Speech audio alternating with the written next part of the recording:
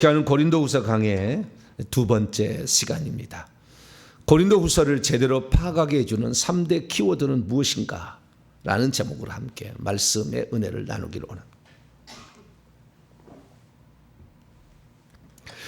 고린도후서를 공부를 하게 될 때에 고린도후서를 정확히 파악하기가 쉽지 않은 책이에요. 다른 어떤 책보다도. 길어요. 13장이나 되잖아요. 중요한 내용들이 있다 이런 생각이 들지만 이 책의 흐름이 어떻게 흘러가고 있는지에 대해서 파악하기가 제일 어려운 책이다. 성경 중에서. 그리고 개인의 사적인 감정이 이렇게 호소하고 있는 부분이 상당히 많고 그래서 매우 개인적인 서신이다 이렇게 알려져 있잖아요. 그래서 우리가 여기서 하나님의 음성을 듣기가 쉽지 않아요. 왜냐하면 자기의 어떤 잘못을 해명하고 있고 또 자기 자신이 틀리지 않았다는 것을 변호하는 그런 내용으로 일관되어 있거든요. 그렇기 때문에 바울의 개인적인 어떤 그 생각들을 우리가 성경으로 받아들일 수 있겠는가? 다른 것은 그러지는 않아요. 이런 자기의 어떤 변명 이런 것이 없다 그 말이죠. 근데 여기에는 그게 아주 많아요. 그래서 제가 신약 성경 가운데 유일하게 강의하지 않는 유일한 책이 고린도후서였어요. 지금까지 보니까. 왜냐하면은 제가 그 강의를 하지 않는 책 중에 하나가 시편 강의를 별로 안 해요. 제가 왜 시편 강의를 하지 않느냐? 시편 강의는 자기의 개인적 체험을 써놓은 거 아니에요. 자기의 개인적 체험을. 그러니까 어떤 1차적 사건이 있었는데 그 1차적 사건을 자기가 경험을 해서 결국에 이런 걸 알아냈다, 느꼈다, 체험했다라는 걸 써놓잖아요. 근데 어떤 그 1차적인 소스였던 어떤 사건 속에서 그 기자가 그 부분을 발견한 것이 전체가 아니거든.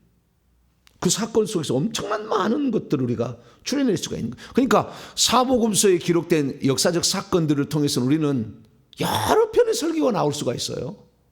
왜냐하면 1차적 자료잖아요. 거기서 나온 어떤 깨달음을 쓴 게 아니니까. 그런데 시편은 그것을 깨달음을 쓰고 있잖아요. 그렇기 때문에 그의 개인적 깨달음이잖아요. 다른 사람은 다르게 깨달을 수도 있겠죠. 그렇기 때문에 제가 시편 강의를 별로 하지 않아요. 왜냐하면 그 사람이 가지고 있는 깨달음을 제가 설명하면은 어떤 부분만을 설명하니까. 그래서 제가 설교 잘 안 해요. 근데 제가 어느 순간에 제가 10살이 되면 하겠다는 마음 먹고 있어요. 10살 되면. 왜냐하면은 그 모든 것을 내가 다 설명할 수 있는. 그래서 그 부분 중에서 이 시편은 요 부분을 설명한 거다라고 얘기할 수 있을 때. 그대로 대기하고 있는데. 근데 신약 성경 중에서 자기의 깨달음을 일종의 얘기하고 있는 거예요. 자신의 삶의 체험을. 근데 이것은 그렇지 않을 수도 있잖아요. 그렇지 않고, 그러니까 고린도 교회에 발생한 그 문제에 대해서 자신의 이 자신과 연결이 돼 있어요. 그러니까 고린도 교회 성도들의 문제만 된다고 한다면 고린도 교회 성도들에게 권면하면 되죠.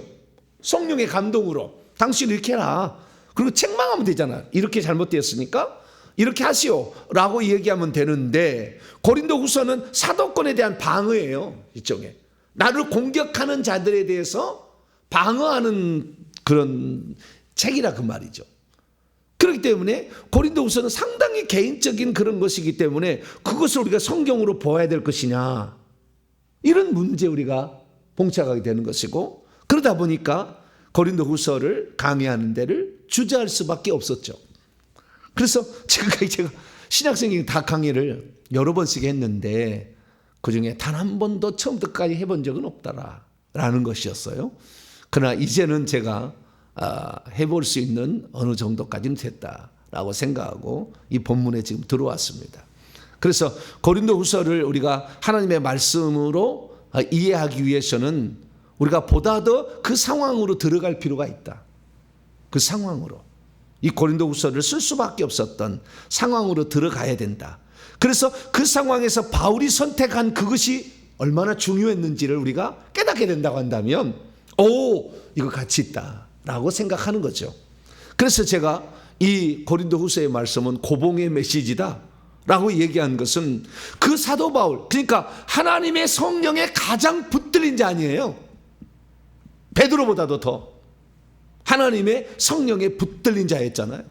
그 붙들린 자가 고민했던 것이 무엇인지를 우리가 들어보게 된다고 한다면, 우리들도 장차 성장해서 어떤 일을 감당하게 될 때, 어떤 그 문제에 봉착했을 때 어떻게 사도는 처리했는지를 통하여 나도 그 문제에 들어갔을 때 이렇게 처리해야 되겠다라는 길을 제시해 줄 수 있잖아요. 그렇기 때문에 고린도후서는 상당히 많이 생각을 하게 하는 책이에요. 그냥 마태복음 읽으면은 어쩌면은 저 같은 경우는 마태복음 읽으면 즉각적으로 답이 나와요. 이제는 상황의 모든 걸 알고 있잖아요. 하도 복음서는 많이 들어가지고. 그래서 어떤 한 장면, 어떤 한 그 말씀을 보면 그 말씀이 어떻게 이 말씀이 나왔는지, 이 말씀이 연계돼서 어떻게 될 건지, 오늘도 수요기도에 마태복음 강의 나옵니다만 깜짝 놀랄 거예요. 말씀을 들을 때, 그런 말씀이었구나. 왜냐하면 이제 하도 말씀을 많이 이제 봐가지고 실제를 내가 경험하고 있기 때문에 바로바로 이 부분에 대해서 포인트를 여기다라고 얘기해 드릴 수가 있는데, 고린도후서는 이게 쉽지 않아요. 그 바울의 상황으로 계속 들어가야 돼. 그래서 제가 어제 고린도후서를 쓸 수밖에 없었던 이유에 대하여, 고린도 전서를 썼는데도 고린도 교회 문제가 해결되지 않자 직접 방문해서나 오히려 문제가 더 심각하게 돼버렸어요. 다시 돌아와서 에베소에서 눈물의 편지를 써서 강한 어조로 책망을 합니다. 그러자 고린도 교회가 달라지기 시작했어요. 그래서 그 눈물의 편지를 보냈는데 그 눈물의 편지는 디도라는 사람을 통해서 보냈어요. 수종 자기의 디모데와 비슷한 사람이에요. 그래서 나중에 목회 서신으로 디모데 전후서 디도서가 나오는 거예요. 그러니까 그 바울이 키운 목회자, 젊은 목회자는 디모데고 조금 더 나이 있는 목회자가 디도였을 거라고 추정이 되는데, 디모데, 디도, 그러니까 바울이 어떤 쓰는 아주 귀한 말이라 한다면은 죽으라면 죽을 수 있는 사람이죠. 이 디도라는 사람이. 그 디도라는 사람에 대해서 설명이 나와요. 나중에 고린도후서에 이런 사람이다. 설명이 나와요. 그런데 그 디도에게 편지를 보냈는데, 그 디도가 이 소식을 가져와야 되는데, 이 에베소에 지금 있으면서 일어난 사건이거든요. 고린도를 개척을 2차 했고 3차 전도행 때 이들의 문제를 에베소에서 듣고 편지를 이렇게 하는 거예요. 그래서 왔다 갔다 하고 있는 거예요.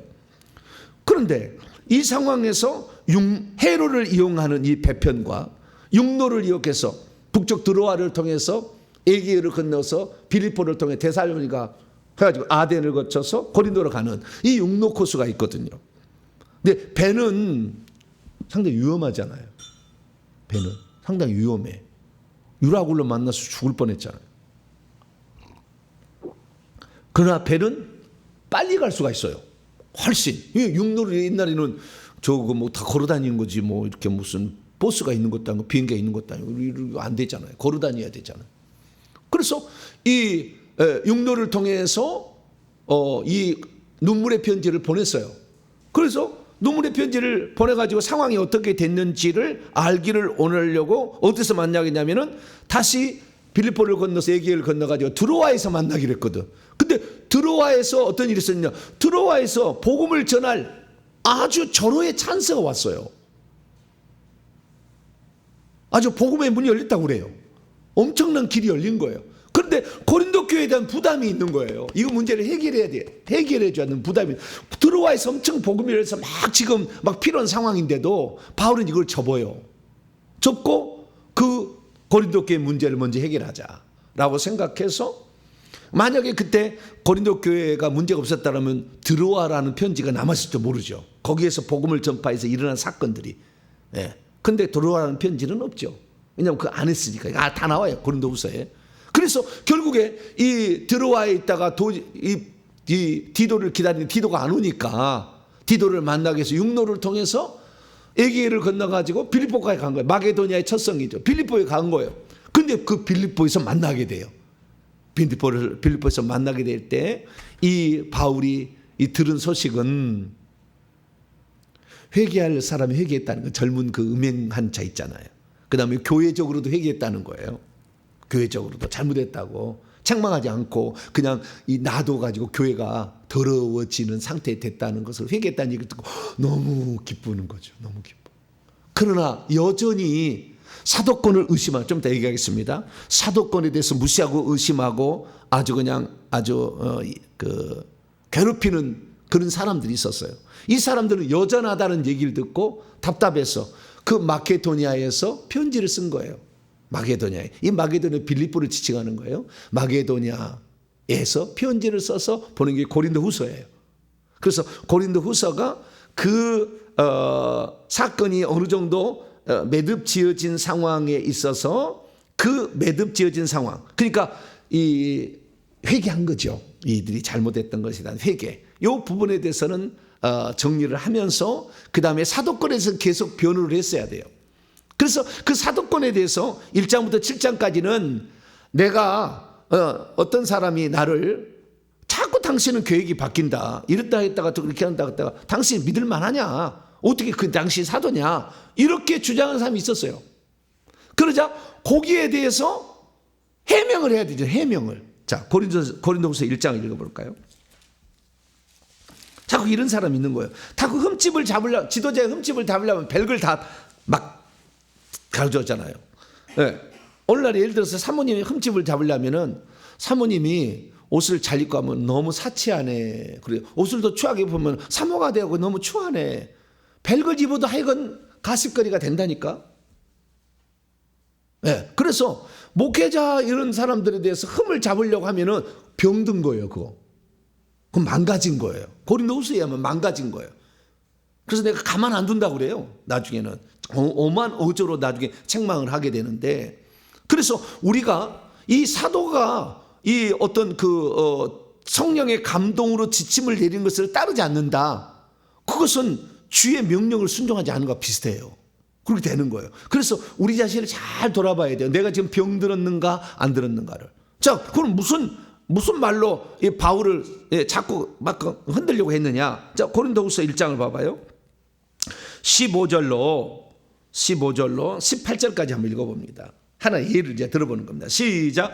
내가 이 확신을 가지고 너희로 두 번 은혜를 얻게 하기 위하여 먼저 너희에게 이르렀다가 너희를 지나, 그러니까 이게 지금 두 번째 방문, 그러니까 그 근심의 방문이 있었잖아요. 고린도 전서를 써놓고 가서 근데 문제 해결되지 않자 직접 방문 한번 한 일이 있었거든요. 이르렀다가 너희를 지나 저 위쪽 육로를 통해서 마케도냐로 갔다가 다시 마게도냐에서 고린도로 다시 내려와서 너희의 도움을 해로를 타고 예루살렘으로 배를 타고 유대로 가길. 왜 그러냐면은 이 마케도냐에서 헌금을 하기로 했거든. 빌립보에서. 그래서 빌립보에서 헌금한 거하고 아가야 지역의 수도였던 고린도에서 헌금한 것을 유대의 예루살렘 교회가 기근으로 말미암아 지금 어렵다는 얘기를 듣고 이쪽에 남은 것을 이쪽에다가 주는 것이 바울은 큰 시각으로 보니까 교회를, 그래서 너희들이 원래 이쪽 교회 도움을 받아서 됐으니까 너희들도 이제는 이쪽 교회 어려우니까 좀 도와주지 않겠느냐 해가지고 다시 마게도로 갔다가 이렇게 가도 되는데 다시 와서 고린도 마게도냐 헌금, 그 다음에 고린도 교회 헌금 받아가지고 그 다음에 헤로를 통해서 예루살렘으로 갈 거다라는 계획을 세웠다. 이게 다 나와요. 나중에 얘기하겠습니다. 싹 나와요. 고린도 후서의 상황이에요. 이걸 이해해야 이게 되는 거예요. 그래서 이렇게 지금 하는 거예요. 자, 잠깐만요. 거기다 펴놓고요. 로마서 마지막 장 16장을 봐봐요.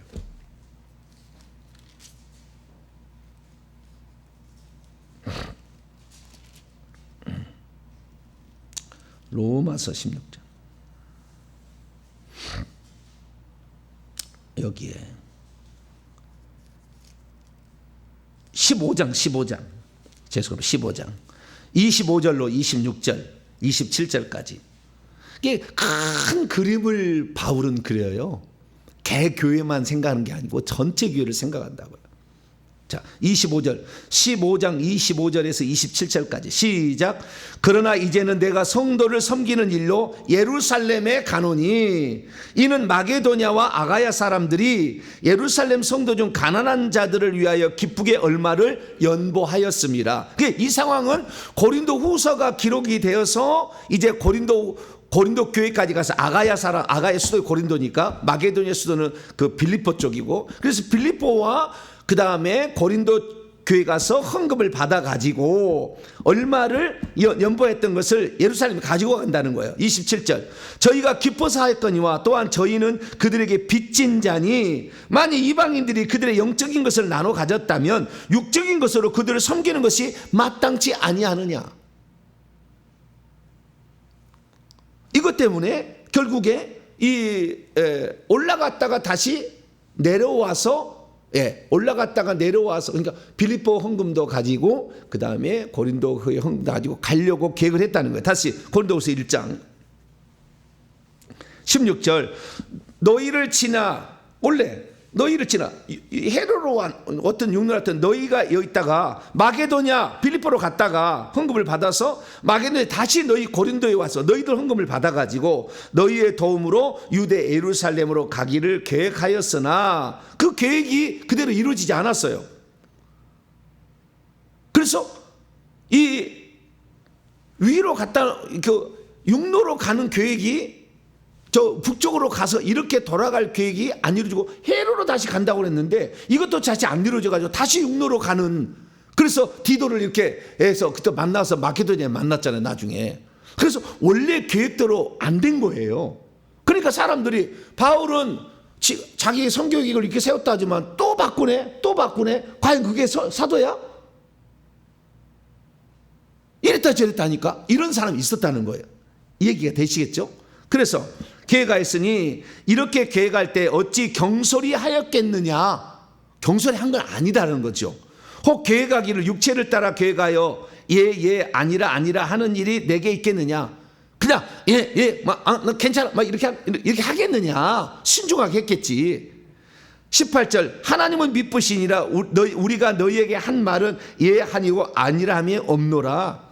그럼 무슨 말이냐면 우리가 그 어떤 일을 할 때 쉽게 그냥 아니 이렇게 한 게 아니라 하나님은 정확히 그렇게 하겠지만 우리는 신중해야 된다는 거죠. 그래서 신중하게 했지만 그럼에도 불구하고 이 약속한 것을 잘 지키지 않는 자가 과연 지도자 깜이냐라는 가십거리를 만들어서 이 대적자들이 얘기를 했다는 거예요. 그러니까 이런 자들에게 답변을 해야 되잖아요. 답변을. 그래서 이들에게 어떤 해명을 하기 위하여 썼던 것이 1장부터 7장까지고, 그리고 8장 9장은 그 아가야 성도들아 저 마게도냐 성도들 빌보드는 헌금을 열심히 다 준비해서 미리 다 준비해서 다 해놨는데 너희들은 지금 뭐 하느냐. 그래서 헌금을 하나님 즐겨내는 자를 기뻐하신다. 자원하여 드리는 자를 기뻐한다 하면서 8장 9장에 헌금의 그 원리를 얘기해 줘요. 나중에 헌금 원리를 배워야 돼요. 아주 고린도후서는 아주 중요한 게 나와요. 헌금의 원리. 어떻게 헌금을 하는 것이냐. 그리고 8장 9장에 그 얘기가 나오고, 그리고 그 다음에 적극적으로 변호하죠. 10장부터는 나를 사도가 아니라고 그런 사람이 있는데 나는 이러이러하기 때문에 사도다. 그래서 사도를 결국에 변호한 것은 10장부터 13장까지 내용이에요. 그래서 크게 세 부분이에요. 사도직의 해명과 그 다음에 헌금을 촉구하는 거하고 그 다음에 사도직의 변호하는 거, 적극적인 변호, 요 세 부분으로 돼 있어요. 이게 바로 고린도 후서예요. 근데 이 고린도 후서를 공부하게 될 때에 우리가 그 어쩌면 잘못 들으면 변명하는 것 같잖아요. 자기 이럴 수밖에 없었다고 막 하는 변명으로 들릴 수밖에 없잖아요. 근데 그 변명으로밖에 들릴 수밖에 없는 것을 하나님의 말씀으로 듣기 위해서 필요한 속 뜻을 내가 지금 얘기하겠다고 말이에요. 이것을 하나님 말씀을 이해하기 위해서 우리에게 필요한 세 가지 키워드가 있다는 거죠. 이걸 들어야만이 우리가 고린도후서도 하나님의 말씀이다 라고 우리가 들을 수가 있기 때문에 이 부분에 관해 제가 말씀을 드린다 이거예요. 자, 그러면 고린도후서를 읽게 될 때, 처음부터까지 읽게 될 때 꼭 유념해야 될 세 가지 단어가 있다는 거예요. 첫째는 위로라는 단어예요. 뭐라고요? 위로, 이게 많이 나와. 계속 나와. 위로라는 말이. 자, 우선 1장을 한번 보겠습니다. 1장 3절부터 4절까지 5절까지 계속 나오는데요. 나중에 보도록 하고 3절, 4절, 5절까지만 읽습니다. 시작. 찬송하리로다. 그분은 하나님이겠죠. 우리 주 예수 그리스도의 하나님이요 자비의 아버지시요 모든 위로의 하나님이시며 우리의 모든 환난 중에서 우리를 위로하사 우리로 하여금 하나님께 받는 위로로서 모든 환난 중에 있는 자들을 능히 위로하게 하시는 이시로다. 그리스도의 고난이 우리에게 넘친 것 같이 우리가 받는 위로도 그리스도로 말미암아 넘치는도다. 위로라는 말이 나와요. 그러면 왜 위로가 나왔느냐? 너무 고난을 많이 받았어. 그러니까 고난에 따른 위로예요. 고난에 따른 위로. 그러니까 무조건 하나님이 위로한 게 아니고 그 고난을 견딘 거죠. 어려움과 역경을 환난을 이겨낸 거예요. 그러자 하나님께서 어떻게 해요? 위로하시더라는 거예요. 위로하시는다. 그러니까 많은 사람이 오늘날에 이 설교를 할 때 이런 거예요. 그 성도 이렇게 생각하는 거예요. 목사님, 우리 세상 사람이 너무 힘들었어요. 위로 좀 해주세요. 주일날 책망 좀 하지 말고, 정법의 목사 맨날 회개하지 말고 좀 위로를 좀 많이 위로를 좀 많이 이렇게 얘기하는 사람이 있다고요. 그런데 그 사람이 죄를 짓고 와가지고 하나님의 뜻이 아닌 삶을 살았어. 그런데 교회 왔는데 위로를 해달라는 거예요. 그가 하나님 말씀대로 살다가 고난을 받아가지고 어려움에 따라 위로를 해주지. 당연히 맨날 실컷 죄 짓고 왔어. 그런 사람을 위로해 주니까 자기는 죄 지어도 하나님 나를 위로한다 이렇게 생각해서 지금 대한민국이 전 세계가 지금 이래 돼 있어요. 하나님의 뜻을 따라 살다가 보니까 예를 들어서 회개를 했는데 너무 힘들어가지고 막 이런 사람이 있으면은 위로할 수 있다 그 말이에요. 그건 그렇게 해줘야 되잖아요. 그런데 그러지 아니하고 그 사람이 실컷 죄를 짓고 왔다가 얻어 터지고 왔어. 그런데 위로해달래. 왜 위로를 안 해주냐고 이 교회는.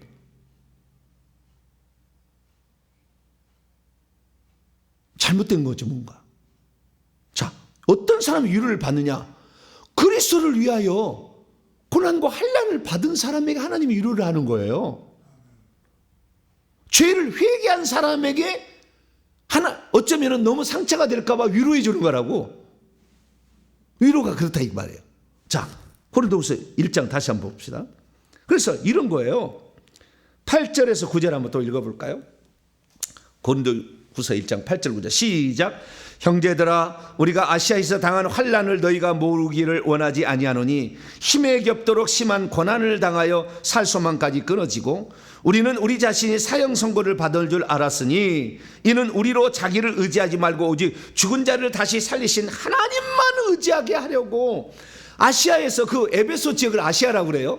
에베소, 그 버가모, 두아디라, 이 골로새, 라우디 이쪽을 아시아라고 그러는데 이것을 마이너 에이저라고 하죠. 소아시아라고 하는데 여기 아시아에서 복음을 전파해서 교회를 세우다가 살소망까지 끊어졌대. 얼마나 뭔 어려움을 당했는지 모르지만 너무 고통을 한 거예요. 심한 어려움과 역경을 견뎌낸 거죠. 그러니까 하나님이 결국에 이 고린도 교회에 음행하는 그 총각하고 그것을 두둔하고 놔뒀던 고린도 교회 성도들이 음행이 교회에서 있는 것이 허용하는 게 잘못됐다고 회개를 하게 되자 거기에 따른 어떤 위로가 필요한 것이고 바울도 그 복음을 증언하면서 엄청 고생한 거잖아요. 그래서 그 위로 받을 만해요. 자, 고린도후서 11장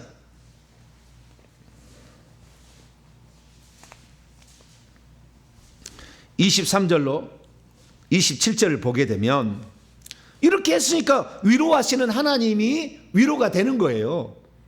자, 23절 중간부터 보면 내가 수고를 넘치도록 하고 옥에 갇히기도 더 많이 하고 매도 수없이 맞고 여러 번 죽을 뻔하였으니 유대인들에게 40에 하나 감한 매를 5번 맞았으며 3번 태장으로 맞고 1번 돌로 맞고 3번 파선하고 일주일을 깊은 바다에서 지냈으며 여러 번 여행하면서 강의 위험과 강도 위험과 동족의 위험과 이방인의 위험과 신의 위험과 광야의 위험과 바다의 위험과 거지 형제지의 위험을 당하고 또 수고하고 애쓰며 여러 번 자지도 못하고 굶주리고 목마르고 여러 번 굶고 춥고 헐벗은. 이거 뭐 때문에 그런 거예요? 놀러 다니려고 그런 거예요? 아니잖아요. 복음을 전하기 위해서 애쓴 자신의 그 흔적을 말하는 거잖아요. 그래서 이 그리스도와 그리스도의 복음을 위하여서 고난을 받았더니 하나님이 어느 날 그 고난을 보시고 위로를 해 주시더라. 그래서 환난 당하는 자들이요, 이건 어떤 자들이요? 복음을 위하여 그리스도의 몸된 교회를 세우기 위하여 받는 고난이겠지. 이 고난을 받는 자들도 하나님이 위로할 거다, 그런 말이지. 죄를 실컷 지고 온 사람에게 하나님 죄 지어도 다 구원할 거라고, 그게 위로하라는 말이 아니었다는 거예요. 그런데 오늘날 교회는요, 그것을 실컷 죄 짓고 와서 힘들다고 위로해달래. 회개를 해야지. 그래서 이 위로의 하나님이라는 것이 우리에게 뭐요? 메시지가 되는 거예요. 우리랑 하나님 뜻이 된다니까, 이게. 그래서 고난에 따른 위로다, 이것을 알고 들어가야 고린도 후서가 보인다. 첫 번째예요. 자, 두 번째는 뭐냐면 회개에 따른 화해. 두 번째는 화해라는 메시지예요. 화해. 자, 고린도후서 5장입니다. 화해. 맨날 위로라는 말이 나와. 처음부터까지 계속 나와요. 나중에 다 공부를 하게 될 거예요. 자, 고린도후서 5장 18절로 20절까지 화해. 예. 이게요, 똑같이 그리스도 마찬가지로 이 주님께서 위로를 한 것이 부활이에요. 죽기를 했기 때문에 하나님 준 영광스러운 위로가 부활이듯이 우리도 주와 복음을 위하여서 할 때 하나님이 위로하셔서 어떤 결과를 준다, 이걸 기억해야 한다는 것이고. 두 번째, 자, 고린도후서 5장 18절 20절입니다. 시작. 모든 것이 하나님께로부터 났으며 그가 그리스도로 말미암아 우리를 자기와 화목하게 하시고 또 우리에게 화목하게 하는, 여기 화해예요. 전부 다 화해하게 하는 직분을 주셨으니 곧 하나님께서 그리스도 안에 계시사 세상을 자기와 화해하게 하시며 또 그들의 죄를 그들에게 돌리지 아니하고 화목하게 하는 말씀까지도, 화목해 하는 직분과 말씀을 우리에게 부탁했다. 그것을 우리는 실행하고 있다. 그러므로 우리가 그리스도를 대신하여 사신, 그러니까 전권 대사가 되어 하나님 우리를 통하여 너희를 권면하시는 것 같이 그리스도를 대신하여 간청하느니 너희는 하나님과 화목하라. 이 두 번째는 화목이라는 키워드예요. 첫 번째는 위로라는 키워드죠. 그런데 위로라는 키워드는 그리스도를 위하여 합당한 고난을 받은 자들에 대한 위로인 것이고, 두 번째는 화해인데 이 화해라는 것은 지금 고린도 교회의 성도들하고 계속 충돌이 있었잖아. 바울하고. 원래 당신이 세운 교회지만 다른 지도자들이 와서 아볼로도 오고 다른 사람 와가지고 막 분열이 되어서 막 충돌이 일어나. 너는 사도가 아니다. 너는 그리스도의 개밥하는 뭐예요? 당신은 예수님한테 직접 육신을 때 부르지 않았지 않느냐. 우리는 직접 부르는 개바로부터 나를 받았다. 그러니까 당신은 직접 육신을 입고 예수님의 제자가 아니지 않느냐. 사도가 아니냐. 막 이런 사람이 있을 거 아니에요. 그런 사람하고 이제 충돌이 일어난 거죠. 그 충돌이 일어났는데 그 충돌 가운데서도 죄로 말미암아, 그것은 바울을 음해하기 위한 세계뿐만 아니라 고린도 교회 자체에, 고린도라는 말이 고린도화다는 것이 음행하다라는 뜻이잖아요. 뜻이. 왜냐하면 고린도 교회가 그런 항구 도시로서 엄청난 성전 창기가 많아가지고 고린도의 우상을 섬기며 막 산 거 아니에요. 그때 신전 창기가 놀아나서 음행이 가득했는데 교회도 당연히 그래서 음행인 거예요. 왜? 분위기가 다 음행이니까. 그것이 당연한 거니까. 그러니까 교회도 당연히 그러나니까 음행에도 산다고 생각하고 성도들이 아무 문제를 제기하지 않은 거죠. 어이가 거기서 5장 얘기예요. 자기의 아버지가 젊은 여자를 데리고 사는데 그 젊은 여자를 아들이 데리고 살아. 이런 일은 세상에도 없다. 그걸 교회가 가만두면 되겠느냐? 분위기가 그러니까 다 그렇게 바람피고 다 그렇게 음행하고 다니는 거예요. 다 우상 숭배하고 우상의 재물을 먹고, 신전 창기가 놀아나고 다 이렇게 하는 거예요. 그러니까 교회도 그런 분위기가 있는데 이거 아니지 않느냐? 그래서 고린도전서 5장 이걸 책망을 하는 거예요. 그리고 책망을 해가지고 막 야단을 쳤어요. 그랬더니 그 야단을 친 것으로 말미암아 이 사람이 처음에는 고린도전서를 써보낸 다음에는 회개하지 않았어. 직접 갔다 왔는데 회개하지 않았어. 그래서 디도를 편에서 눈물의 편지를 강하게 어조했어. 가만두지 않겠다. 하나님이 그런 자들은 다 고린도전서 그러잖아요. 하나님이 거룩한데 너희 몸도 거룩해야지. 거룩하지 않으면 죽여버린다 했잖아요. 자, 고린도전서 3장. 그 얘기를 듣고도 이 사람들이 잘 움직이지 않는 거예요. 자, 고린도전서 3장 16, 17절. 너희는 너희가 하나님의 성전인 것 같고 하나님의 성령이 너희 안에 계시는 것을 알지 못하는 누구든지 하나님의 성전을 더럽힌다면 하나님이 그 사람을 멸하시리라. 죽여버린다 그거예요. 하나님의 성전은 거룩하니 너희도 그러하리라. 이것을 더 강하게 눈물의 편지에 담았겠죠. 그렇게 하니까 이 사람들이 이제 회개를 한 거예요. 그래서 회개를 해가지고 막 이 사람이 이제 근심을 하게 된 거죠. 근심을 하게. 그래서 너무 근심을 하지 않을까라는 걱정이 된 거예요. 그래서 이제는 용서해라. 용서해. 왜냐하면 너무 책망을 했대. 그러니까 그들을 용서해 주고 이제는 품어줘야지. 너무 책망하면 안 된다. 이게 고린도후서 9장 2절이에요. 고린도후서 2장 넘어보세요. 5절로 8절 보면 5절로 8절 보면 근심하게 한 자, 그 음행하는 자겠죠. 있었을지라도 나를 근심하게 한 것이 아니요 어느 정도 너희 모두를 근심하게 한 것이니 어느 정도라면 내가 너무 지나치게 말하지 아니하려 함이라. 이러한 사람은 많은 사람에게 벌받을 것이 마땅하다. 그런즉 너희는 차라리 그를 용서하고 위로할 것이니 그가 너무 많은 근심에 잠길까 두려워하노라. 그러므로 너희를 권하느니 사랑을 그들에게 나타내라. 그러니까 너무 그 책망을 해가지고 사람도 책망해서 그 사람도 본인 죄를 지은 사람도 헤어지고 좌우지간 잘못했습니다 라고 얘기를 하는데 너무 계속 책망하면은 요즘에 이 연예인들 뭐 음주운전 한번 했다고 너무 때려서 자살하는 사람도 있잖아. 너무 이렇게 하면은 문제가 되잖아요. 그래서 그런 것들에 그래서 나는 화목에 하는 직책을 나는 받은 거다. 그래서 너무 지나치게 한 것은 이렇게 회개했는데 부별을 회개했으면은 용서해 줘야지. 그걸 계속 이렇게 지적하면 되겠느냐? 그러지 말아라고 하나님이 나에게 화목하게 하는 직책을 주셨다는 거예요. 그러니까 이 화목하게 직책을 주셨다는 말은 정죄의 직책이 아니라 살리는 직책이죠. 이게 이제 나와 고린도후서 3장 봐봐요. 그래서 새 언약의 일꾼이라고 그래요. 그러니까 구약의 그 직분은 뭐요? 정죄의 직분이야. 모세를 통해서 율법을 통해서 정죄를 해. 그런데 신약의 직분은 살리는 거예요. 영은 살리는 거잖아요. 영의 직분을 받아서 이 살리는 직분을 수행을 해야 되는 거예요. 그래서 구약에는 책망으로 끝나지만 신약에는 용서로 끝난다는 것을 얘기를 해줘. 책망을 하긴 하지만 구약에는 용서가 없잖아요. 근데 신약에는 용서가 있다 이거지. 그래서 고린도후서 보세요. 6절부터 3장 고린도서 3장 6절부터 9절까지 말씀 보면 그가 또한 우리를 새 언약의 일꾼 되게 만족하게 하셨으니 율법 조문으로 하지 아니하고 오직 영으로 함이니 율법 조문은 죽이는 것이요 영은 살리는 것이라.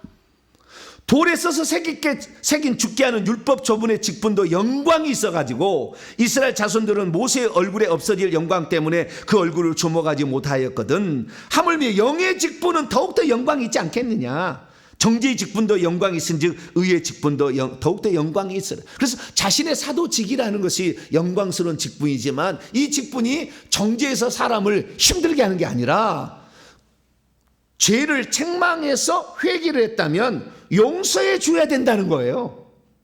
그래서 나는 뭐요? 화목하게 하는 직책을 맡았고 화목하게 하는 말씀을 맡았다고 얘기를 하는 거죠. 그 의미가 그 이야기예요.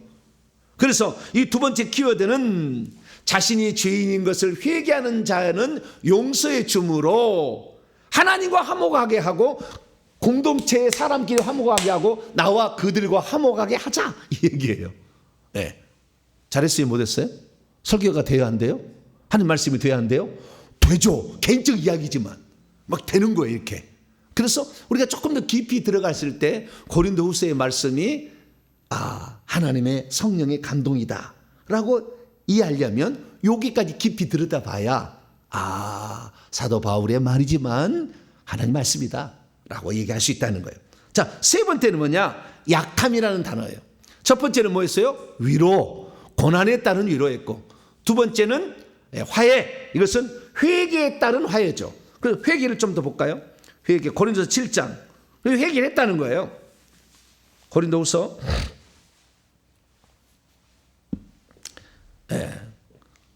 8절, 7장 8절, 7장 8절부터 10절. 고린도후서 7장 8절에서 10절.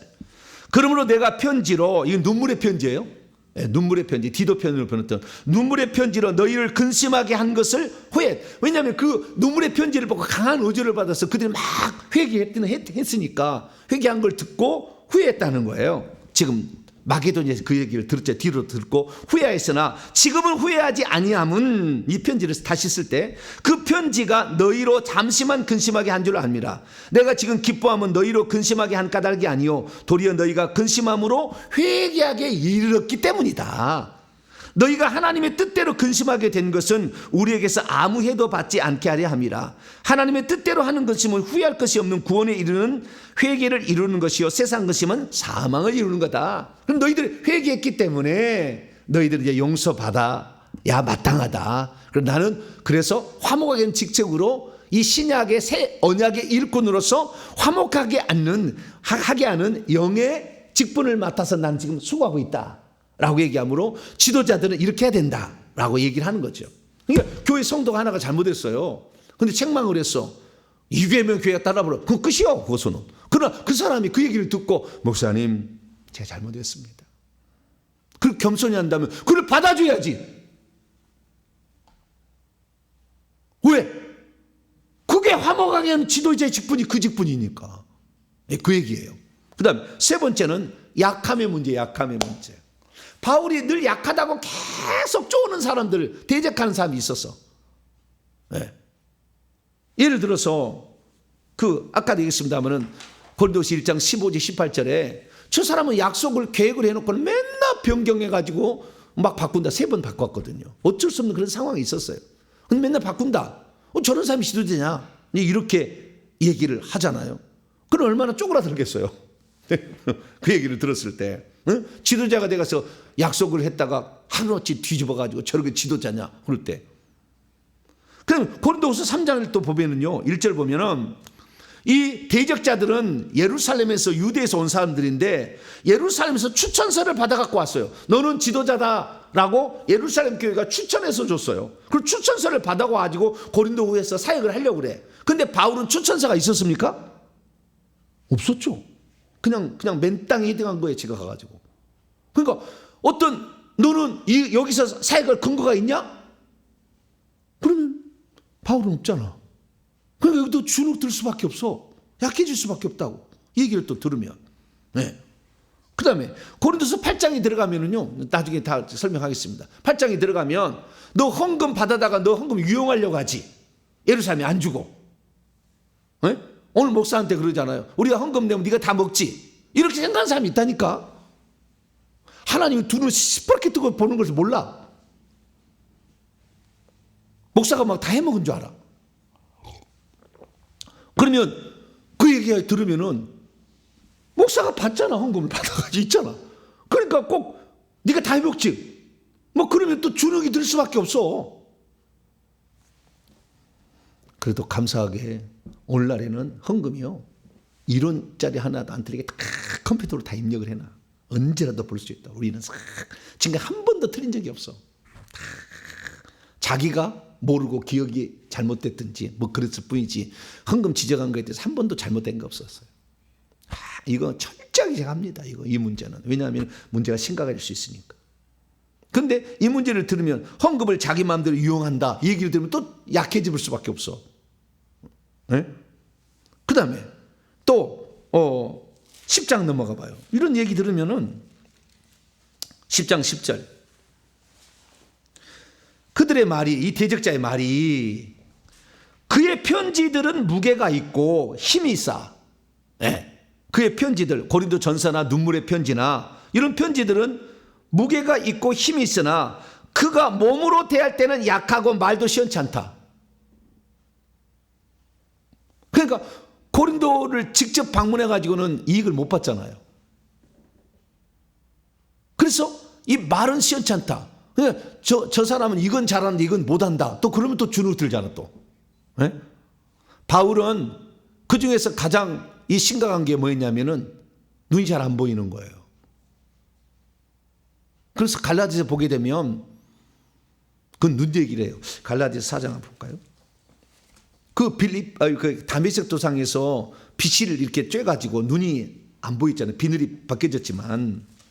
자, 갈라디아서 4장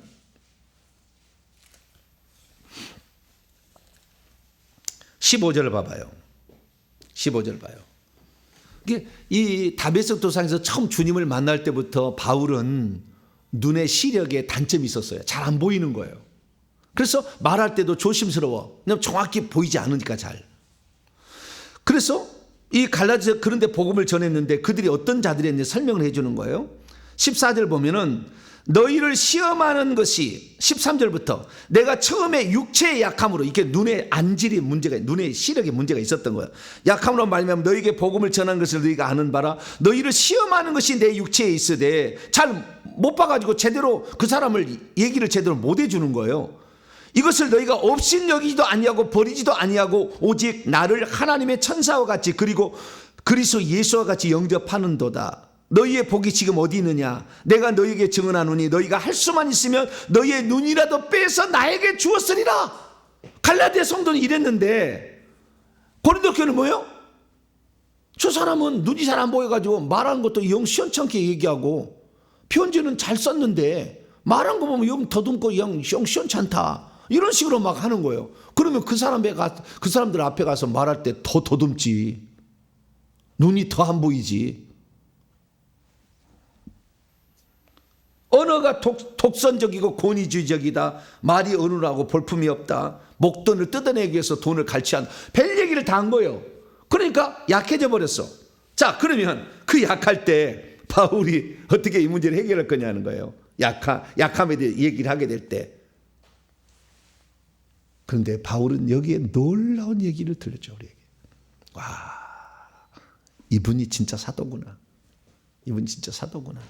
그런 얘기를 할 수밖에 없는데 이 편지가 다시 고린도후서가 이제 고린도전서 보내기 전에 고린도전서 5장 9절에 먼저 하나 보낸 음행의 문제의 편지가 있었다잖아요. 첫 번째 편지, 고린도전서 두 번째 편지, 눈물의 편지 세 번째 편지, 고린도후서 네 번째 편지가 4개가 가잖아요. 이 4개가. 근데 이 4개가 이 편지가 가게 되는데 바울이 그 편지가 전달이 되면 대적자들도 그 편지를 보겠어요? 안 보겠어요? 볼 수 있겠죠. 볼 수 있겠죠. 그런데도 불구하고 뭘 써놓느냐? 자기의 약점을 써놔요. 여기다가. 왜 약점을 쓰는지 그 얘기를 해놨어요. 자, 고린도후서 12장 봐봐요. 와.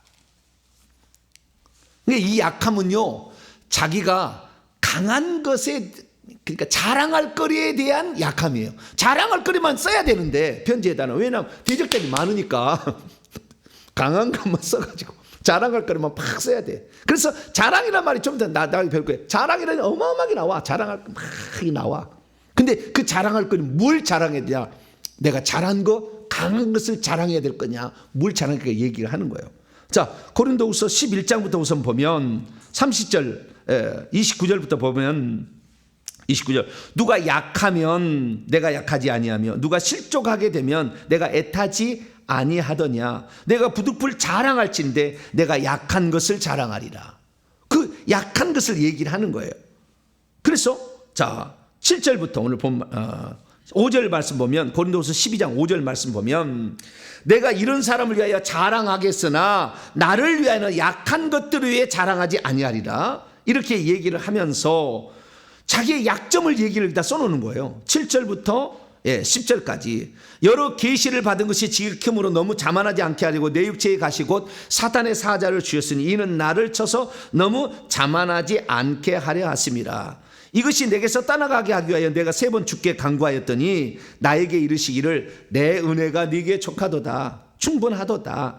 이는 내 능력이 약한 데서 온전하게 짐이라 하신지라. 그러므로 도리어 크게 기뻐함으로 나의 여러 약한 것들에 대하여 자랑하리니 이는 그리스도의 능력이 내게 머물게 하려 함이라. 그러므로 그러면 내가 그리스도를 위하여 약한 것들과 능력과 공핍과 박해와 공고를 기뻐하느니 이는 내가 약할 그때 강함이라. 이게 무슨 말이냐면 내가 약해진 것이 이것이 있기 때문에 비로소 내가 하나님을 의지하게 되고 하나님의 능력으로 살게 되는 거지. 내가 눈도 잘 보이고 아무 문제가 없다고 한다면, 계획도 제대로 잘 세워가지고 철두철미하게 딱 이루어지고 막 그랬다고 한다면 내가 하나님 앞에 무릎 막 의지하겠는가? 나는 이렇게 약합니다, 주님 도와주, 이렇게 하겠는가?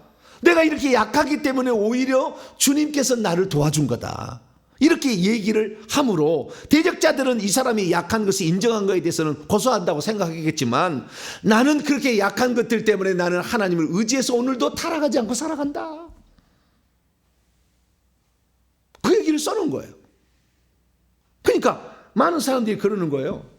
이 오늘날 목회자 이렇게 하게 되면요, 목회자는 자기의 약점을 잘 얘기를 안 해.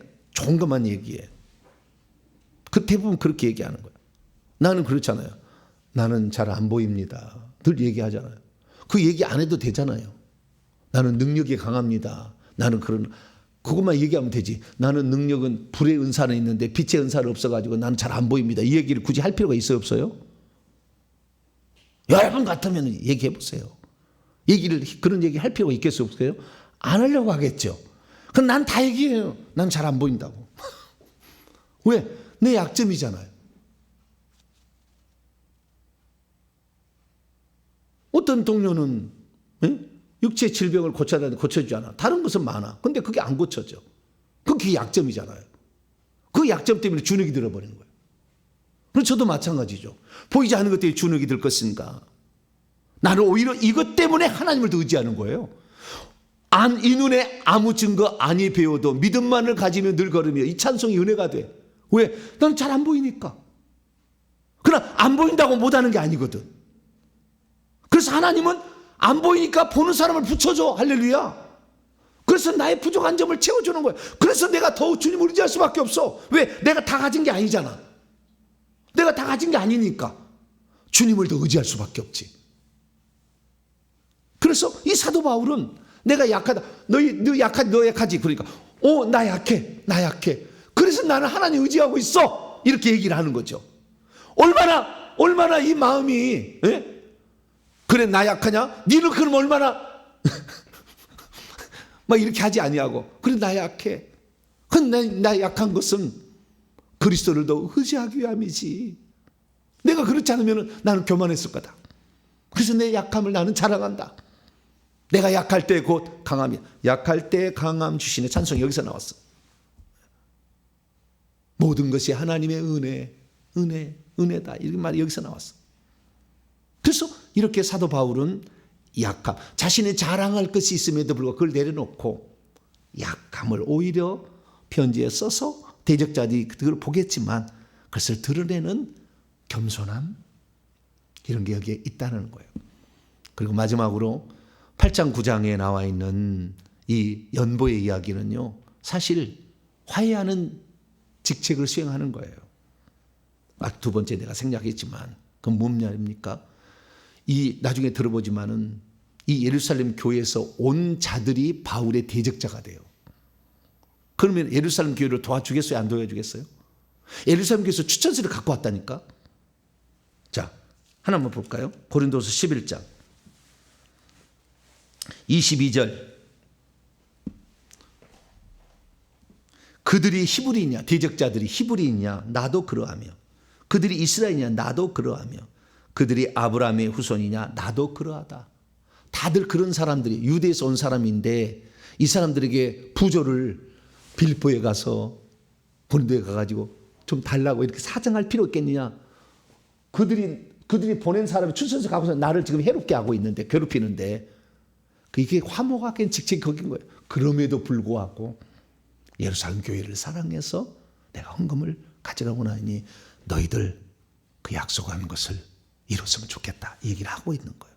얼마나 넓은 마음이에요. 그러니까 헌금 얘기도 일종의 화목하게 하는 직책이죠. 이방인과 유대인들을, 바울과 그 다음에 이 유대 그 예루살렘 교회를 화목하게 하는 일이에요. 그래서 이 고린도 이 후서의 내용은 이 세 가지, 위로와 화해와 약함이라는 속주제가 딱 들어있으면서 쫙 펼쳐지고 있다는 것을 알고 성경을 읽으면 확 눈이 들어올 거다. 이것이 바로 진짜 사도의 모습이다.